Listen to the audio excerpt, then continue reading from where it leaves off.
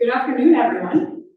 Thank you so much for being here today. I'm Ann Meeker, I'm Deputy Director of POPVOX Foundation, and I am delighted to welcome you to this event on Congressional Casework in the Afghanistan Withdrawal. Before I get started, there's some thanks that we have to start out with. So first of all, thank you so much to the Committee on House Administration team for letting us use their beautiful hearing room. We are so honored to be in here. And thanks so much to the members of the staff who made that happen. And then thanks also to the Committee on House Administration Modernization Subcommittee members and staff. It is such a pleasure to work with them on all of the incredible work that they are doing to modernize Congress, make it work better, make sure it's a better experience for the staff who work for Congress and constituents who are served by it. So thank you so much to that team for their work on casework. We're honored to partner. Last thank you is also, I think we have some staff from the Fix Congress Caucus. I want to say welcome and thank you to you all as well. Your work and your members are also a vital part of expanding the modernization of Congress universe. So thanks so much for being here. We're excited to work with you all on some casework reforms coming up soon. So thanks out of the way. I wanted to start off with some overall framing, just talk a little bit about what specifically are we here to focus on today for today's talk. So as we said, our topic today is Congressional Casework in the Afghanistan Withdrawal. I want to be clear at the outset, the Afghanistan withdrawal was an incredibly difficult time in our history. Continues to be incredibly difficult for those who are working to get Americans and our allies to safety. Policy decisions around withdrawal are out of scope for today. Today we are focusing on the unique experience of congressional caseworkers and those who worked with them to support Americans support allies. So then why Afghanistan? So our group, POPVOX Foundation, works on congressional capacity, engagement, and innovation. We run a program focused on casework for some time. I'm a former caseworker, once a caseworker, always a caseworker. And as we are talking to casework staff about what do you need? What are you hearing from constituents? What are the challenges that you face in constituent services? Talking to any caseworker who's been here since before 2021, we heard over and over again that the Afghanistan withdrawal was the defining moment of casework in Congress in the last maybe even decade. And it continues to exemplify the strengths of caseworkers, their creativity, their resilience, their dedication to public service, and also the challenges that they face.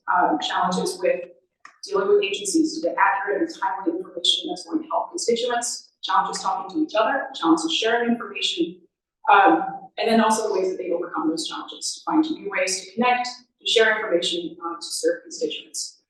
Congress doesn't get a lot of credit for working across the aisle, for working in an absolutely nonpartisan, bipartisan way to serve constituents. But what caseworkers were able to achieve with partners in civil society, with agencies during the Afghanistan withdrawal is certainly something that Congress should be proud of. And so today we want to shine a little bit of light on that service.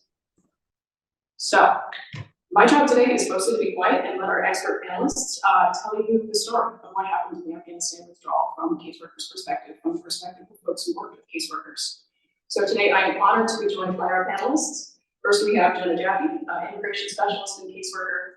We have Jessica Bradley-Rushing, former caseworker now at the State Department, and Sean Van Tiger, president and founder of Afghan EVAC and VP of External Affairs at the Perfect. Thank you all so much for being here today. So quick run of show, what we're going to cover today. We are going to tell the story of how caseworkers handled the Afghanistan withdrawal. We're going to zoom back a little bit toward the end and talk about the broader lessons. What's this tell us about casework, about fixing casework, making casework work better. Sean has a very exciting announcement that we're going to cover toward the end. Stay tuned. Surprise. Not ready to surprise yet. And then finally, we will wrap up in a moment. If any, I know that there are probably some caseworkers here, caseworkers on the live stream who worked in this difficult period. Anyone who wanted to share a reflection, comments on your experience, we'd love to save some space for you. And then some very, very brief Q&A. So, with all of that out of the way, let's dive in. Jenna, I'm starting with you. It is a bit unusual to have caseworkers in DC talking about casework. So for those who may not be familiar with how casework works, what is casework and how do you do it? Hi, I'm Jenna. I work for Congressman Nadler. I'm an immigration specialist. I'm a direct service provider, and I've been working for charity since February 2016. So I guess that was 5 years, around August 2021. I focus on immigration. I've done all different kinds of casework, and basically the role of a congressional caseworker is to try to make sure that things are working the way that they're supposed to. So I don't really get called in proactively. I don't see cases where things are working the way that they're supposed to. And I would love to work myself out of a job, but it's not happening anytime soon. So basically, if there's a federal program or agency that an individual is either eligible for or having trouble accessing the benefits of or related to, that's where we come in. So it is technically a part of oversight, but it is within pretty strict perimeters. It's basically our agencies doing things the way that they say they're supposed to, not necessarily the way that things should be done. Awesome, thank you. And I will say, Jenna is known in casework world as just one of the experts on immigration casework. So we're so lucky to have you share your expertise today. Gotta get that out of the way. And then Jessica, you also a former caseworker, and this was not your first career. Can you tell us how did you come to casework? Sure. So I actually worked on the Hill the first time when I was in college and immediately thereafter, which was a very, very long time ago. I came back to casework working for Representative Bill Keating in Massachusetts, doing primarily veteran services. That was the main focus of my work there in 2021. So I had only been back working in the office for about 8 months when Afghanistan happened. Prior to that, I worked in a nonprofit and worked in a variety of different careers. So I had the second, third, fourth career that I came back to casework in. But it was something that I feel like while casework can be an extremely frustrating career, it's also one of the most rewarding things that you can do. There's very little as satisfying as, for example, talking to a veteran who's had difficulty accessing their benefits and letting them know that indeed that they did get the benefits that they had earned and deserved, and there's going to be a $20,000 check coming from the VA. And those conversations, you can't beat it when you solve the casework problem. And so, for me, that career is one of the most important and most important parts of our government. Absolutely, you're right. It's so rare that Congress gets to give good news. And it's so important and so real. Wonderful, thank you both. And then Sean, I'd love to turn to you for some framing just on the Afghanistan withdrawal itself. So as we were in the late spring, early summer of 2021, heading toward August, what was the situation in Afghanistan? What were the challenges facing U.S. personnel, facing Afghans who'd spoken with, or who'd served in the American forces? What was going on? Sure. Well, thank you so much for having us here today. The situation was dire, right? And it felt like nothing was happening. For months and years, advocates were asking for the SIV process to speed up, for pathways for folks who had stood with our troops or our diplomats or our frontline civilians. They believed in the idea of America. They stood up, they put themselves at risk, and they knew that at some point the Taliban was going to take over, right? As we all know, the fall happened a lot faster than we expected. And the first flights out of Afghanistan didn't really start until like a month or two before August. And I'm not going to get into the August time. I'm just talking leading up, right? So, as we all know, there was an agreement that was signed by the Trump administration, the Doha Agreement, which was essentially an agreement between the Taliban, the United States government, and the government of Afghanistan, although the government of Afghanistan was not really negotiations, that said that we were going to leave.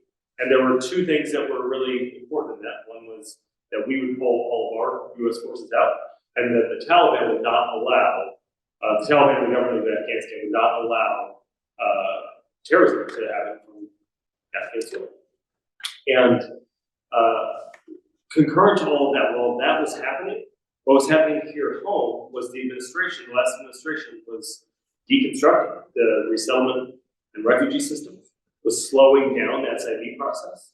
If you go back and look at SIV reports, you can see over time, like I have something that's, I have a document that's like broken out by years, and then I put presidential administrations over top of it, so I could sort of see where the things were happening. And I mean, there was a deliberate slowdown on getting these allies out. So, and that was a policy decision, right? So when the new administration came in, they had new policy decisions, but I don't know that a lot of people thought about the domestic resettlement capacity, which was the ability for resettlement agencies to allow our allies to come back, to come here. And what that looked like is because the way that resettlement is funded per person that is resettled, when the last administration made a policy decision about the number of refugees that could come here, the number of people that were being resettled, making it, bringing it way down to very low numbers, those agencies didn't have any funding to succeed. They didn't have any money to pay their employees. So those employees all either retired or moved on. They took all that knowledge that they've been building up over years. And by the time August came around, August 2021 came around, the capacity just wasn't there. So it was this perfect storm of that led to a crisis. Awesome, thank you, Sean, that's really helpful. And also, for viewers on the live stream, I understand it's gonna be a little bit tough to hear, so I just remind our panelists, please project, so folks can hear. And then Sean, very quickly, if you're comfortable, the cases that folks would end up handling were so personal. Would you share a little bit about your friend Lucky? Sure, thank you. So I'm a big baby, I might cry about this, and I'm very comfortable with it, so get comfortable with it too. So I was sitting at my computer on August 14th, having had texted Lucky a few days before. Lucky is not somebody I served with in Afghanistan. In fact, I never served in Afghanistan. I served off the coast of Iraq. I met Lucky through civic engagement. I met Lucky because we were doing a press conference to talk about the impact of President Trump's Muslim ban on people like him. He had just arrived in 2017. And him and another guy named Wolf and a few other folks in San Diego, the local government folks, we did a press conference to beg the president, please delay this. Let's talk about how we can add some nuance here to not have an impact on our wartime allies. Fast forward to April of 2021, we worked on some op-eds together talking about what impact the withdrawal would have on people like him. And he told me, brother, I gotta go back to Afghanistan. And I said, why? Like, that's so dangerous. And then I realized, if you told a Texan, hey man, Texas is gonna be gone in 6 months. They put on their belt buckles, and they go to Texas until the day before, right? That's how things work, and that's true for Afghans too. So August 14th, I got a text message from Lucky that said, hey brother, sorry I couldn't get back to you over the past couple of days. I had to go to the top of a mountain. I'm stuck on this mountain in the lagoon, 8 hours outside of Kabul. We're surrounded by the Taliban. I think I'm gonna die. Will you grant my last wish and help get my family back to San Diego? So I did what everybody else did, I cried. I said, yeah, man, I'll help. And thousands of people just like me got tens of thousands of messages. Probably some of you here in the room, I know some of you in the audience listening virtually, had the same experience. And I think I can probably leave it there. Lucky's okay, by the way. He talked his way through 10 Taliban checkpoints because he's very resourceful. And he's now a small business owner in Texas with a belt buckle. He owns a Afghan halal market in Fort Worth in Oklahoma City, and a restaurant called Afghan Meat Market. Can I just interject? We're sort of giggling up here because we know each other very well, and we've heard Sean talk about Lucky, and I've been lucky enough to meet Lucky many times. And I just want to be clear that we take our jobs very seriously. We're not laughing because it's funny. It's laugh or cry. I say that a lot, and usually it's both. Thank you so much for that, and I think that's really making the point. So many of these calls were personal. So Jenna and Jessica, I wonder if I could just kind of leave you two to tell the story. What were the first calls like? When was the first moment that you were like, this is going to be a big deal for casework? So on August 15th, I was actually driving from DC back to my home in Massachusetts with my husband and my 4 kids in the car. My husband and I were both in the Army. We're both veterans. Neither of us served in Afghanistan, though. But we were sort of watching the news, and I was reading news articles out loud to him, reading tweets to him as he drove, and we're watching this collapse in real time of just watching the fall of Kabul unfold on social media, essentially. At the same time, my phone also started blowing up, but it was from friends of mine who were also veterans, mostly in an organization called the True National Security Project, which is an organization that both Sean and I are members of. And people were all going crazy, sort of saying, like, my interpreter is stuck. Who do we reach out to? If we know people who are there and are trying to get out, how do we fix this? Does anyone work in congressional office? Does anyone know anyone on the Hill? How do we help the people who we know personally, who are now in desperate need of assistance? And so that whole entire day, I almost remember it as like a play-by-play, right? Just reading the tweets and then seeing the messages and connecting these real-time events with these real-life requests and pleas for help. The next morning when I opened my laptop for work, my inbox was just flooded. I had hundreds and hundreds of emails from veterans in the district where I worked, from anybody who knew that I worked on the Hill and did casework and said, hey, we have questions, can you help? So that, I mean, it really was in the moment that it was happening where I realized, oh my gosh, this is huge. And I had actually never done any immigration casework whatsoever. I was a veterans caseworker, but this has a huge nexus to the veterans community. And so I jumped in.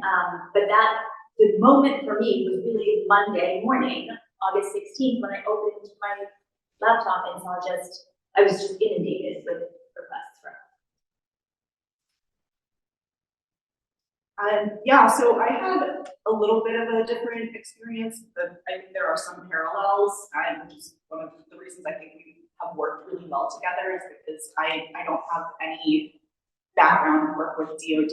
I represent, my office represents Manhattan. We don't have a military base, and the most interaction that I had was like military academy nominations. So I'm an immigration advocate, and I think I already had a network built out, but contextually, and I'm sure there's caseworkers in the room or who are joining us virtually, and this is probably a familiar story. I think it's important to note that I had not had a normal day at work since March 2020. My office didn't close at all. We took our desk phones home on a Friday, and I plugged it into the wall of my apartment on Monday, and it's still sitting there. I really we were understaffed, and I don't think our caseload had ever been higher. So honestly, I was not thinking proactively about the geopolitical situation in Afghanistan significantly. I mean, I knew a little bit about it because my boss at the time, he was chair of the Judiciary Committee, now he's ranking. So I have access to the immigration subcommittee folks who helped me when I got some really scary emails early on, maybe August 15th, 16th. But I was not proactively thinking this is going to be a crisis, or this is going to be a refugee crisis.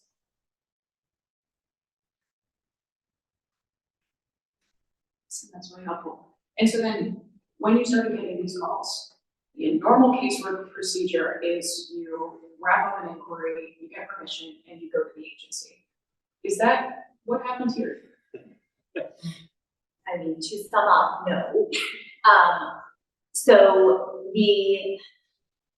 typically I would have, just as you said, an inquiry would come in, you would figure out which part of the agency that you need to talk to. But there wasn't anybody to talk to here because we were still trying to figure out what could even be done. So, I mean, for me also, as someone who had not done immigration casework previously, I didn't even know where to start in reaching out. My office was extremely supportive, and immediately everyone on our staff sort of jumped in to try and figure out what we could do, who we could direct inquiries to, but there wasn't a clear pathway, and there wasn't a clear understanding even. I mean, we've talked here already, we've mentioned the word SIV multiple times.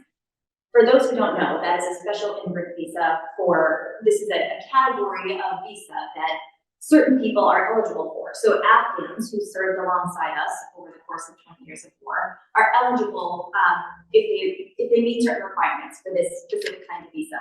I didn't know what that was. I didn't know what an SIV was that day. So I had a lot of work to do to try and figure out not only where to direct these inquiries, but what these inquiries even meant. I'm sure Jenna was in a very different position because she has such a wealth of knowledge and understanding of the immigration system. But for so many of us, if we weren't doing this specific, it's a very specific type of casework, there was just a massive learning curve on that end.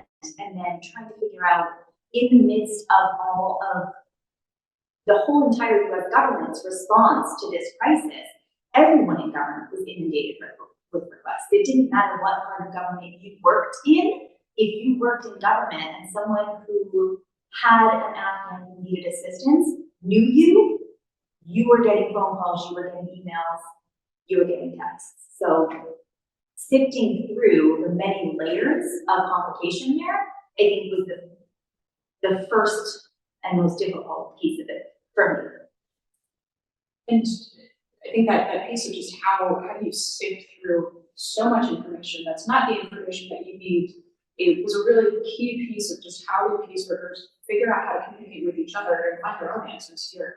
That was really unique. Jenna, could you talk maybe about the Teams chat that got set up and just the role that you were playing on that? Yeah, and I just want to respond that I had some immigration framework. I still learn new things every day, but Afghan special immigrant visas don't process like any other immigration case. And I think I had worked on 2 before August 2021, and I had never seen an Afghan civ issued. And again, I started working for Jerry in 2016, so that's not the entire time the civ program has been available, but I did not know what it looked like to complete that process. I had not really seen it come through. The few cases that I had were in appeals, very lengthy appeals processes. So I'm sorry, can you repeat the question so I can get back on track? I want to hear about how are caseworkers communicating as you're getting flooded with these inquiries, you're getting some helpful, not helpful responses from agencies. Yeah. How are you sorting through that? So there are listservs, like email groups. I know the Democratic Casework listserv exists, and I used it sparingly. I had sort of the folder saved, under Outlook. It wasn't in my general inbox. I went there when I needed it. And I have a tendency to get stuck. I answer a lot of questions and then go back to what I'm doing, and I'll look at it, when I need something again. And it just isn't, email is not necessarily real time for many reasons, and certainly a listserv with thousands and thousands of people. And one of our colleagues who was on that listserv, Elizabeth Pena, set up a Teams chat pretty quickly, which is more instantaneous. Obviously not for everyone, it depends how you use it, but I was not sleeping very much. I was not doing very many other things other than thinking about Afghans after I got those first scary emails. So we were on that Teams chat a lot. And if I can add a little bit of detail there. So the Teams chat has a limit. You can only include 250 people, 250 members in a single chat. That Teams chat maxed out in, 3 days, 4 days, 5 days. The first week of this casework issue, we had so many caseworkers who were doing this work involved in this that we maxed it out. We actually asked if there was a way to add capacity. There wasn't a way to add capacity, so we were at a point where we were saying, if you have multiple people in your office on this Teams chat, please drop down to 1 and share the information within your office, because there are so many people trying to get in here to get this information. It was really the source of truth and the source of information, and just a place to share best practices that I know that hundreds of caseworkers rely on it. Absolutely. And maybe just to kind of drill into what were you getting? Can you maybe share just what was, and I know that this changed over these couple of really intense weeks, can you share maybe what was a typical ask? And then what did success look like?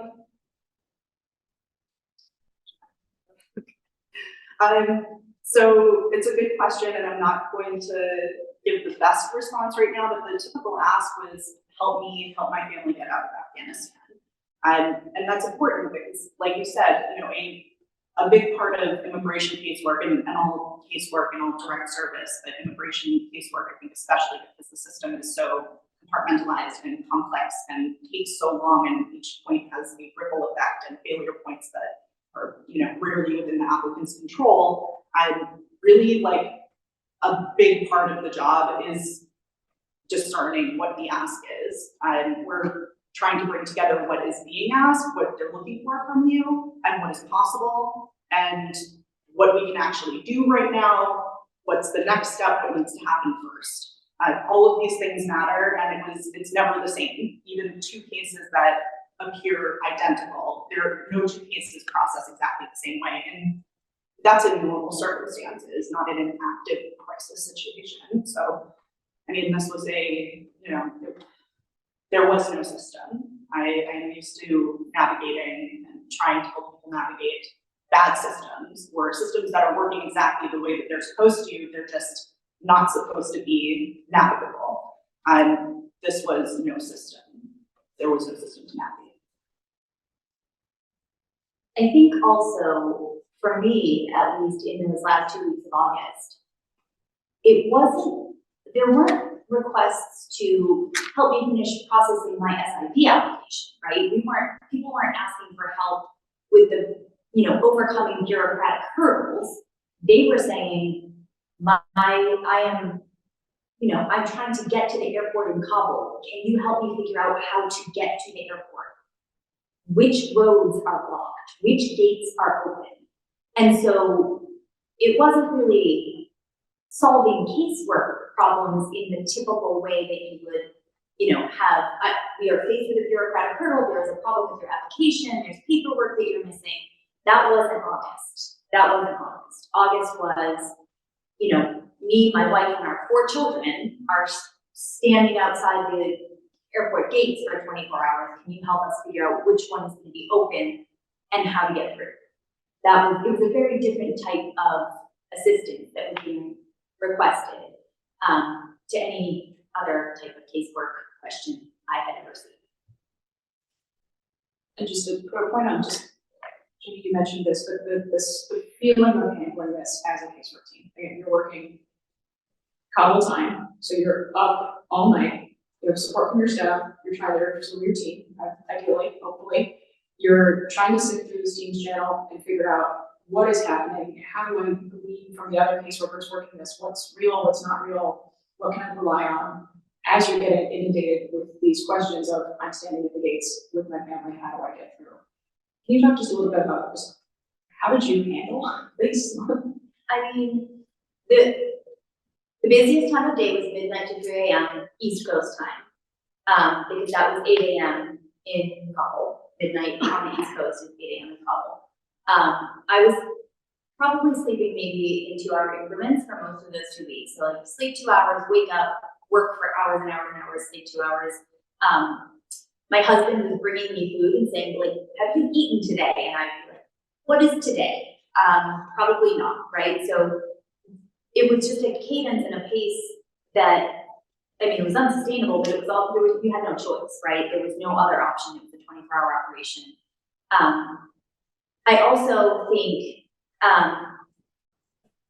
the ways in which we were finding answers for people were completely atypical. So rather than being able to reach out to a government agency or entity, we were reaching into networks of friends who knew someone at the airport, or for example, Truman folks who were, here's a map of the airport with the gates that are open marked, right? And you're getting this in a signal chat, or you're getting this on an email thread with 50 people that you know from when you served, or something like that, right? There were not answers coming to the questions that we were asking from typical government entities, because those government entities also didn't know the answers. It was just, chaos in terms of like figuring out who to ask what, but also just, in the cadence of your life, all the organizational pieces went to help those 2 weeks. Figuring out who to ask what is, not easy in the best circumstances. And I do think this is a good moment if you can talk about what Truman did, because that was also critical for me. I mean, I come from a little bit of a different background, but I was on Signal, you know, and that sort of became a daily, hourly tool. And if you can talk a little bit about what the Truman Project did. Sure. Well, I would say that the Truman Operations Center, Truman stood up an operations center that helped feed a bunch of Truman members that were working on this. Sort of organically, Truman members were spread out across a bunch of different organizations. And what we did with Afghanistan was sort of put our arms around all of the organizations and create mechanisms by which people could get good answers. We systemized a lot of things. So we created a systemized process for intake of questions. We created a systemized graphics. We created these graphics that are still available on our website today that talk about landing rates, or how do you get out? What happens when you go to the gate? And the Truman members from all over the place in our various Signal chats, and then lots of other organizations too. I want to be very clear, it wasn't just Truman. There were organizations everywhere, and there was a lot of overlap. In fact, what led us to establishing our sync calls on August 17th was I was in like 20 different Signal chats and trying to keep up with all of it. We just said, well, we're going to get people hurt if we don't have all these people talking. So a lot of that actually the same challenges that caseworkers were facing, our volunteers were facing, and they can't email USCIS, so they don't have a dedicated inbox, right? So there's these shared experiences that we talked about. Before we get too deeply into that, I want to also talk about like those 2 weeks in August and beyond. Our families, right? Our families, each of us is married, we all, me, Jenna, and Jessica. A lot of folks that are involved in this have their families, and everybody has their life outside of this. And we also paused it, and like a lot of us have kind of kept it paused, right? Like my wife has been, I'm here all the time. She's stepped up extraordinarily. I know that Jessica took a couple breaks. One was for her daughter's birthday, and then another one was for when her daughter was the valedictorian. And actually Jessica's daughter's here today, but we're blushing right now. But like, it's, you know, we can laugh about it now, but it's been hard. It's been really hard on things. My daughter's 3. This has been going on for how long? Like, Her whole life. yeah, it's hard. And look, it really, both volunteers, caseworkers, and we've got folks in the room that work in the executive branch. I mean, Jessica now included, but folks that work in the executive branch, they have kids, they have families. What I got to know and experience once we, you know, sort of built our partnership with government, what I realized very quickly was some of the very people that we were like finding to be angry at because they were working at the places and we thought they had the answers, they felt the same way that we did. They were pissed off. They couldn't get answers. They wanted to help Afghans get to the places that they needed to go. And it was just this shit show that it was somewhat intractable, but I have good news. So much of the intractable stuff has been massaged out and things are moving smoothly. And a lot of that, in fact, a lot of that has to do with the work that caseworkers did, the work that our volunteers did to help move government, the innovative approaches that people in the executive branch have taken to solving some of these really intractable problems and solving them in a way that will stand the test of time, that will span administration. So all that pain that we've experienced, all that pain that our families have experienced, and thank you, Bridget, for being here today. I know that it was probably hard to fish them out a little bit during this. And I know that's true for folks watching. It means something, and it was worth something, and good things have come. And over 130,000 Afghans have arrived here since August of 2021 to pursue their American dream because of the work that we built. I also think it's important to know, you know, I mean, yes, it was, I mean, those 2 weeks were unlike anything I've ever experienced. And, you know, when you are in that kind of operational tempo, I took like 1 day off in those 2 weeks. It was my daughter's birthday. But like, I missed stuff too, right? Like one of my sons had his high school orientation and I was on a call and I just forgot. And he came in and said, we were supposed to be at the high school. I was like, oh my gosh, you know, and then I'm crying because I'm a bad mother, right? And he was like, it's okay, what you're doing is more important. And then I'm crying because I was like, oh my goodness, like I'm emotionally fragile at best right now. And, you know, to see my son, who was 14 at the time, understand that what we were doing was so important was really, really, it was gratifying. I also think good job, Mom and Dad. yes. I also think it's important to know, right? Like, it was such a weird dichotomy in your life at that point, because I might have been on the phone at 4 o'clock in the morning trying to help someone figure out which gate at the airport was open, because I was in a signal chat with Sean and he knew he had a map that was showing it. And then at 7 o'clock in the morning, I'm, you know, trying to talk to my kids about their soccer practice that day, or I have to do laundry or something, right? So you were totally living 2 different lives during that 2-week period. And they were very hard to reconcile. Thank you so much, all 3 of you, for sharing the experiences there. And one thing I want to be really clear on, I think this is really, really important as we're thinking about casework today, is that for caseworkers, for volunteers, for agency staff who are still working to support American allies, this withdrawal has not ended, that there are still hundreds and thousands of cases out there. Can you guys speak a little bit about just the ongoing work? And Jessica, I know you said you had a victory just the other day. I'm gonna step in on that. We're not gonna talk about the ongoing, we won't talk about things that are happening outside of the country, but we can talk about things that are happening. There are still, there are Afghans coming here today who are receiving approvals for their SIV applications, who are being accepted as refugees. And there have been cases that I've been working with folks on since August or September of 2021. And, you know, I got a text message from a woman who I have been talking to, helping her with her SIV case. She is an American veteran whose interpreter was looking to come here to the US on SIV. You know, throughout the course of the last 2.5 years, his SIV has progressed.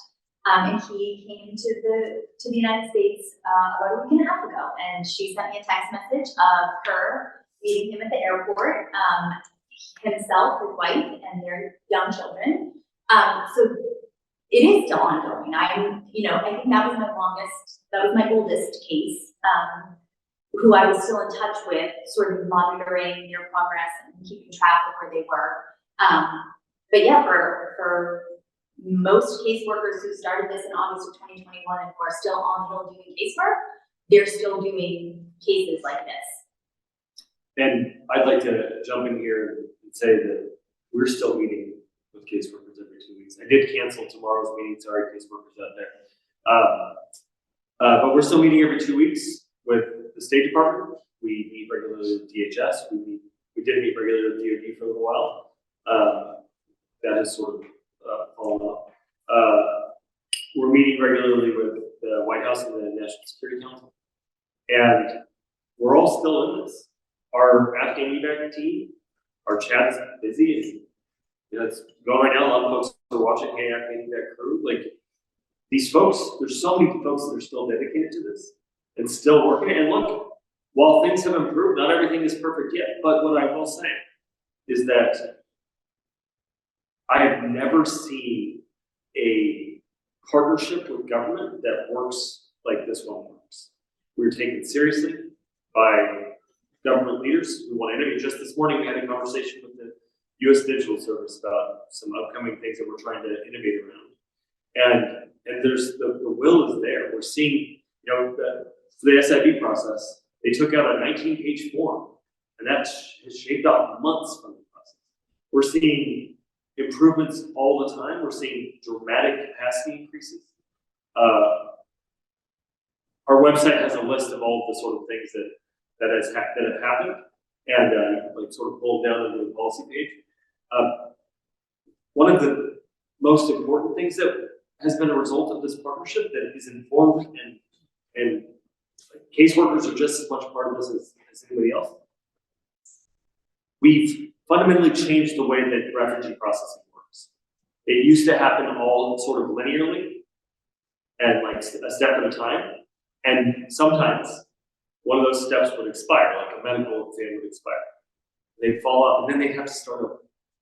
And so it would sometimes take, I heard somebody at PRM bragging about how they got a 20-year case handled. That's not something to brag about, right? Now, refugees at dozens of sites around the world can process in 30 to 60 days because it happens all at once.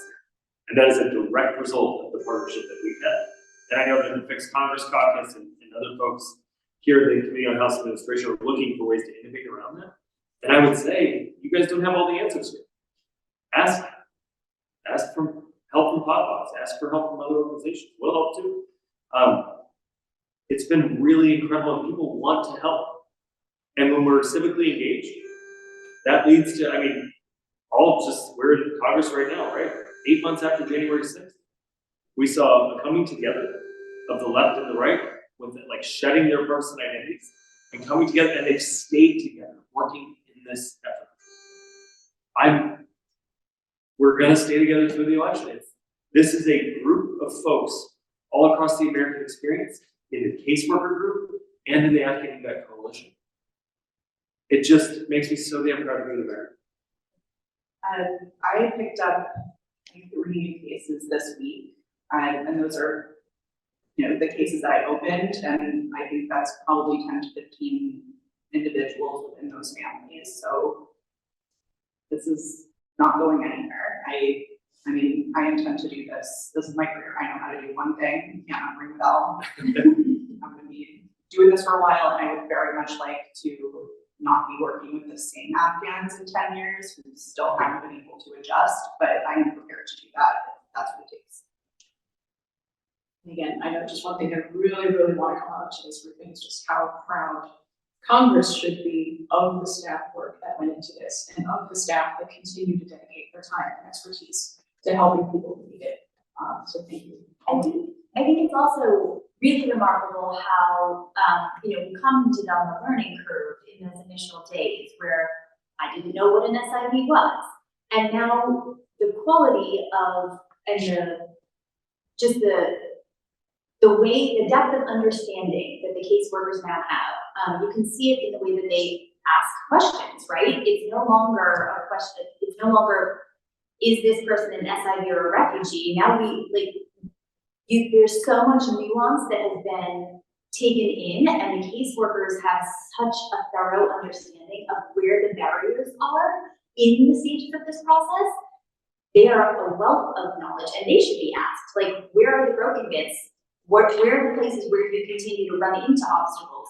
And when you can identify that this particular issue is an obstacle that 80% of the caseworkers have hit, that's where you have to make the fixes. That's where you have to make the changes. So leveraging the incredible knowledge that these Afghanistan caseworkers now have about the process would help, it would help make it even more efficient, and would build a sustainable way to ensure that we are making the changes that need to be made in the ways that are most effective.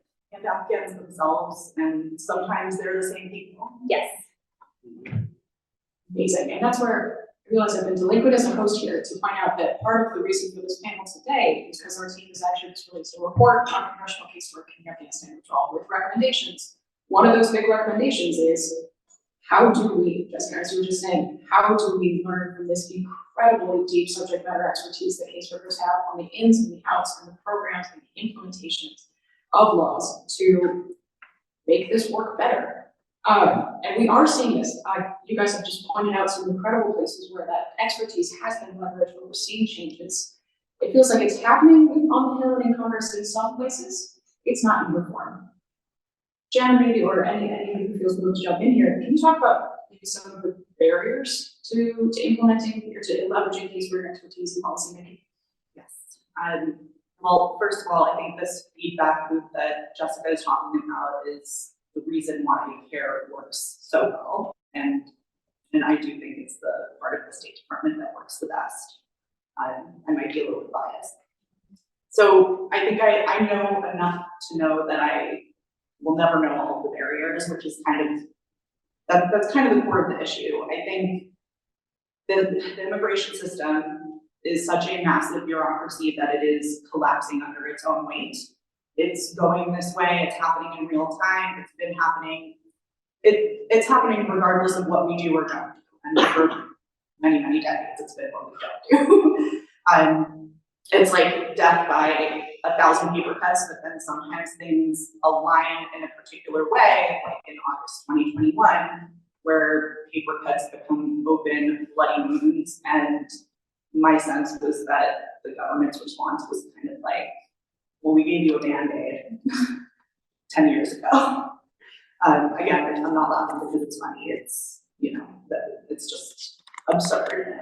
But I think sometimes, unfortunately, the reality is that the system is so compartmentalized and truncated that we have bureaus and offices at multiple agencies. The Department of State does not function like the Department of Homeland Security, does not function like DOD. And the bureaus under the Department of State function completely differently as well. USCIS does not function like ICE or CBP. So we have these like fiefdoms almost, and then consular posts are sort of their own fiefdom within that, that are often not even speaking the same language. I'm just going to use an example that I know. If you ask 100 New Yorkers what, you know, the Hell's Kitchen neighborhood is, you'll get 100 different answers that are kind of slightly different, but not necessarily one of those answers is like more inherently right or wrong, but none of them are giving you like the full picture. And that means that it's so compartmentalized, like no one person is responsible for everything or anything necessarily. And so often even we're not speaking to people who have decision-making authority. And in certain situations, like in Afghanistan, those lines of authority, you know, there's a reality that immigration doesn't fit into. Like, I'm asking the State Department for information in real time. I can't make an assessment in real time, an immediate safety assessment for somebody who's in Afghanistan without that information being out of date or, you know, by the time I get it to them. But also, the State Department can't necessarily do that because they're not in charge in you know, an active military evacuation. And I do have like some, you know, it's interesting because Jessica has this sort of like very clear memories from the first few days, and it's funny what secondary trauma does because I've forgotten a lot. Like a lot has been sort of mushed together. But I do have these visceral memories of like a couple of times getting on the phone, you know, finally they set up a, you know, an emergency line, and I was able to get through to somebody at the State Department, maybe who was even at the airport, and like that person basically being like, I don't know, like that was a moment where I was like, okay, like whoever is supposed to have the answers here, nobody has them. And there maybe isn't somebody better that I can ask, at least who I have access to now. And in some cases that went very high up the chain. Like, yeah, I was punching up in a lot of these email threads. So, you know, Undersecretary of Defense, like there were no answers. And look, I'll say something that maybe other folks shouldn't say. The reality is that the policy people don't talk to the caseworkers in a lot of offices. They just don't. And that's a problem that Congress needs to fix. That's a problem that every one of your bosses needs to hear is a problem. And so even if briefings are happening for the HVAC staff and the HACCP staff and other committees of jurisdiction, it's not making it to the caseworkers. And so we were talking a little bit about like innovations and barriers to success.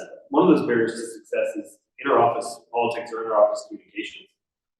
I gotta give the two, Jenna and Jessica, a lot of credit. Afghan evac creates a lot of tools, right? We have a manifest eligibility chart, we have all these various things that state uses, that caseworkers use and have access to. Jenna created a casework guide, like a how-to guide, that has also been modified for non-congressional caseworkers.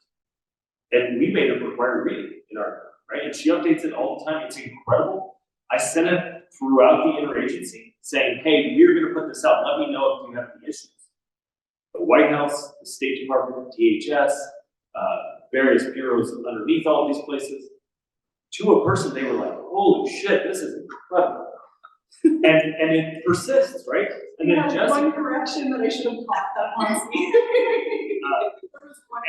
and look, in Jessica right now, every single day is creating tools, new policies, new processes within the care team to make sure that all that knowledge isn't lost, to make sure that all the teammates know what's happening, to make sure that everybody who's working on this has the latest information. Like that was why Afghan evac stood up, right? We wanted to make sure that there was a fair and equitable playing field so that it wasn't an evacuation of the connect. That is important today. These folks are working on that to make sure it's still happening. And these two, and so many other caseworkers, so many of the volunteers across this ecosystem have done extraordinary work and have changed our government for the better. And so I hope that your bosses will hear this. I hope that anybody out there that works in an agency will look at this and adopt a lot of these things that have happened. It's okay to take input from people that don't work there. In fact, if you're doing something the way it's always been done, you're probably fucking it up. You can poke me on that. I think we've actually glossed over probably the most important aspect of what we're here to talk about and how the three of us are even connected, which is, out of those last 2 weeks in August, this caseworker chat was stood up and we were collaborating constantly.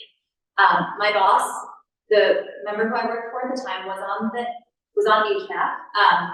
And so we knew that the State Department was briefing congressional committees.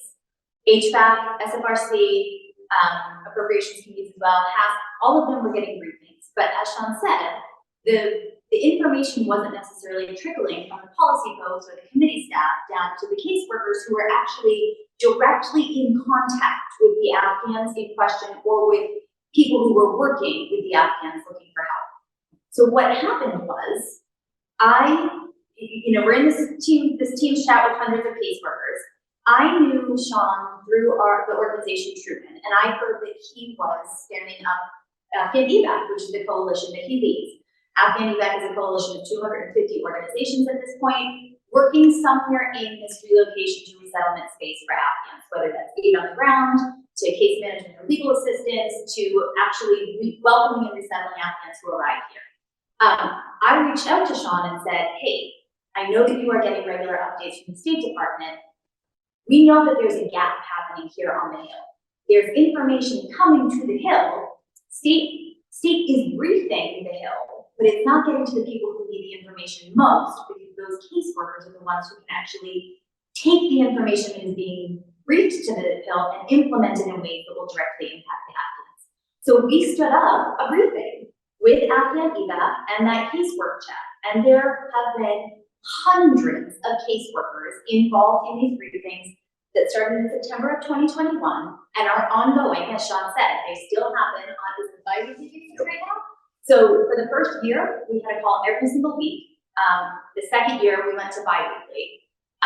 And that caseworker briefing, Sean can provide a readout from the briefing that he had received from the State Department to Afghan evac. I was then, at that point, able to start attending the HVAC briefings that State Department was giving. So I was able to share information that State had given to HVAC to the caseworkers, and that is how we overcame that giant information gap that was happening here on the Hill.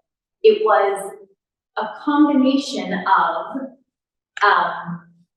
sort of knowing someone to ask, right? Knowing the right person, and going through the right channels to set something up that it was a workaround really to ensure that the people who needed the information the most were getting the information in a timely manner. And it's still how we manage so many of those cases. It's still happening. And look, I've gotten to work with caseworkers all over the country now, and I end every call by saying thank you for your service, because what you guys do is hard and thankless, and people yell at you all the time. It's not our caseworkers, they yell at you. But the American ingenuity that underscores all of this is, I'm so damn proud of my country. I'm so proud of the folks that work here for members in this building all over our country. A conversation with Ann and I is like where the name of the report came from, right? She was asking me about caseworkers. I said, look, these people are incredible. They're from all walks of life. They're doing this, they're learning, and we're making each other better, right? Steel sharpens steel, and we're making each other better all the time. And it's so special, and we've got to capture it. And you know, this isn't the only issue this can work on. And another, speaking of, a really important note there though is all walks of life, right? That Teams chat was the least partisan place in Congress. I would be willing to bet, right? Nobody cared which member you worked for, which party you belonged to, and still nobody cares. All of the caseworkers in that Teams chat and all of the caseworkers who remain in attendance at the briefings, it is a completely nonpartisan. And we take a poll at the beginning of every meeting to see what the balance is, and it's usually somewhere around 60-40, one way or the other. It's not always, you know, it's usually about 50. It was really remarkable to experience that, because I don't think that there are a lot of places on the Hill where you get that kind of just, it wasn't even bipartisan, it was just nonpartisan. Party politics came in no way. It was great. It is great. That's wonderful. And then, again, I'm so glad to have the three of you here to just really share how absolutely extraordinary this was and continues to be. And speaking of recognizing caseworkers for the incredible work, caseworkers, volunteers, agency staff, everybody involved here. Sean, do you have an announcement for us? I do. So throughout this work, Afghan evac has been asking the federal government, asking we actually asked DOD to establish an award for everybody, for every American that was involved in this work, because of that shared experience I talked about earlier, right? Because of how unique and remarkable this was. We've grown to expect that we're going to have to do a thing first before government will do it, show everything's okay. But it seemed like that couldn't, like the federal folks couldn't really figure out how to do it. So Ann and I were talking about this, and she had laid out a bunch of recommendations, and I said, hey, why don't you recommend that Congress or the federal government establish an award? And she was like, what if we just did it? And I was like, okay, you're right, let's just do it. So we're happy today to announce the American Ingenuity Award, that anybody who was involved in this will be eligible to receive. If you go to popvox.org/award or afghanevac.org/nominate, you can find nomination forms. We've had several, Afghan evac, we had several like iterations of a data call that where we were like looking for people's stories. So anybody who submitted those is going to get nominated by me.